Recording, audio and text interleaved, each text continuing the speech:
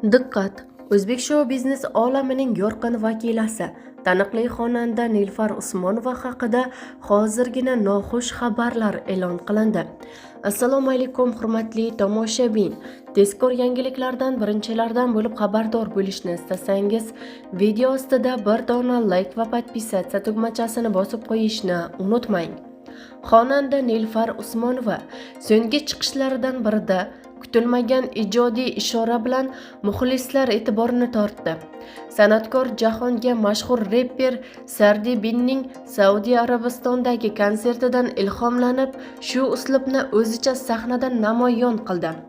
Ma'lumki, Sardi Bin Saudiya Arabistonida bo'lib o'tgan konsertida mahalliy qadriyatni hurmat qilgan holda yopiq libosda sahnaga chiqib, tomoshabinlarga salom berib, "Mashalloh" degan edi. Nilufar Usmonova ham aynan shu lahzani taqlid qilib o'z chiqishida shu ruhni jonlantirdi. Bu harakat ijtimoiy tarmoqlarda tezda tarqalib, turli fikr-mulohazalarga sabab bo'ldi.